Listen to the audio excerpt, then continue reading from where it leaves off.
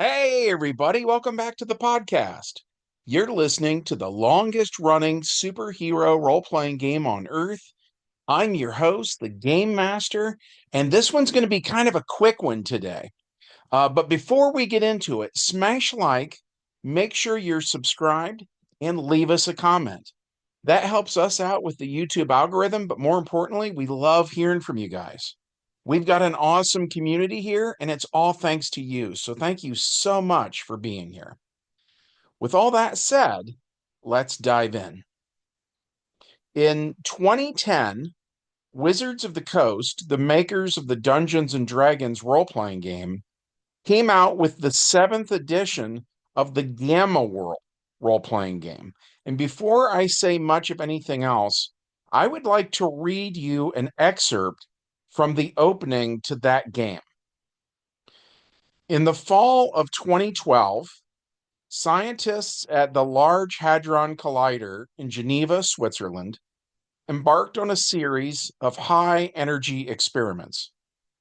No one knows exactly what they were attempting to do, but a little after 3 p.m. on a Thursday afternoon came the big mistake. Something unexpected happened, and in the blink of an eye, many possible universes all condensed into a single reality. In some of these universes, little had changed. It didn't make a big difference which team won the 2011 World Series, for example. In other universes, there were more important divergences.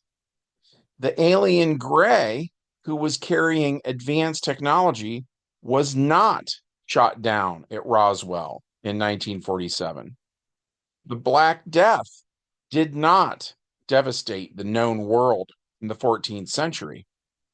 The dinosaurs did not die out. Nikolai Tesla did conquer the world with a robot army, and so on. The Cold War went nuclear in 83% of the possible universes. And in 3% of the possible universes, the French unloaded their entire nuclear arsenal on the town of Peshtigo, Wisconsin, because it had to be done. When reality stabilized again, an instant after the big mistake, the familiar Earth of the 21st century was replaced by one formed from many different realities. I think this is a really interesting thing that they have in Gamma World for a variety of reasons. One is that this comes very close to what a lot of people think about a topic known as the Mandela effect, which I already covered in an earlier video on my channel. That video focused mostly on the Scarlet Witch and her ability to manipulate reality. But we also said how we took various things from pop culture, like the Mandela effect, and we said that Scarlet Witch was the reason in our game world why those things were happening. But in real life, there are a ton of people who think CERN really did kind of do something along these lines, which is weird to me because this paragraph from the Gamma World role playing game predates all that stuff. I've mentioned before on this podcast that I used to play GURPS Supers in the 1990s. That RPG was made by Steve Jackson Games, who also made the Illuminati card game, which in the 90s seemed to predict a bunch of future events like 9/11 and Donald Trump becoming the president of the United States. Now, as always, I'm not really trying to have a conversation about politics. Rather, I just find it to be interesting that time and again I will see something in real life that I had already seen in a role playing game years earlier. So, in a way, Gamma World was talking about the Mandela effect before anybody else was. The idea of something happening with the Large Hadron Collider that would alter the time space continuum. So, as we so often do, we decided to sort of parody that idea. And specifically, we said that when our version of the big mistake took place, it actually created Earth K as we know it. Something I point out a lot is that Earth K has both Marvel and DC characters running around together. So in this adventure, we actually suggest that the reason Earth K is like that is that it is an amalgam of different alternate Earths that were brought together. And while we don't come right out and say it, we also hint that what happens at CERN is why our game world features real time rather than comic book time. One thing we did that was different than Gamma World, though, is we said this big mistake was caused by an organization from GURPS called the Cabal, who attacked CERN in 2012. The Cabal, for those who don't know, are a group found in the GURPS role playing game. And the way that they are described in that game is that they are a multiversal organization consisting of demons, ghosts, mummies, vampires, wizards, pretty much anything that could go bump in the night can join the cabal. And then let's say some vampire hunters come after Dracula. Well, then the other members of the cabal could then come to his aid. And then he, in turn, comes to their aid when they need help. And GURPS is famous for giving all the power to the game master. Everything in their books is a suggestion that the GM is encouraged to use if he wants or to ignore if he wants. I would argue that all role playing games either are that way or should be, but I digress. Anyways, so when I ran the Cabal, I noticed they listed off quite a few evil supernatural beings. So I made them sort of a multiversal group of powerful supervillains.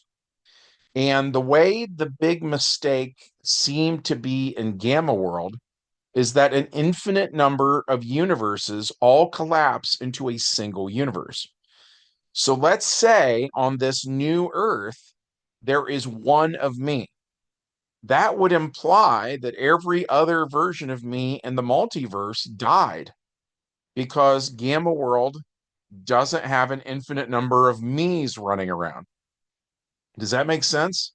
If not, say something in the comments section and I'll try to do a better job of explaining it. Anyway, so the big mistake then would kill more than 99.9% of all life in the multiverse. The death toll would be higher than anything else ever. As for why the Cabal would want to do this, we then borrowed a page from a Palladium role playing game called RIFTS. In that game, when people die, they release something called PPE, or potential psychic energy, which is like a life force or a soul, and it is the fuel that makes magic spells possible. When some nukes went off in Rifts, the PPE released is what created that game world. So our thinking was if you took out 99.9 repeating percent of reality, the Cabal thought they could absorb all of that PPE, which is just a hair shy of being infinite energy, right? And that they would be gods. So they attacked CERN in 2012, which then was also us referencing all the hysteria back in 2012 about the Mayan long count calendar and how it seemed to be a countdown to December 21st of 2012. And a bunch of people back then thought that the world was going to end. So in our game, that threat was very real. So we decided that this looked like a job for Superman. The Cabal attacked CERN. CERN called for help. The supercomputer at the Fortress of Solitude alerted Superman. So Superman shows up and is promptly attacked by magic users. And of course, he has a vulnerability to magical attacks. Despite that fact, though, he fought them and he rose to the occasion. And 99.9 repeating percent of life in the multiverse did not perish after all.